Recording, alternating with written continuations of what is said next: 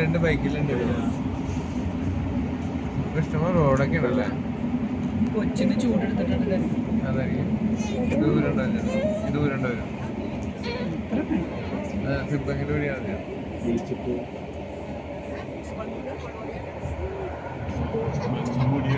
ഇങ്ങോട്ട് നോക്കി, ഇപ്പുറത്തേക്ക് നോക്കി, ഇപ്പുറത്തേക്ക്.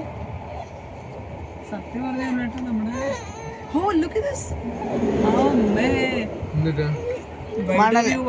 മണലാരണ്യം പോലെ മഞ്ഞാരണ്യം.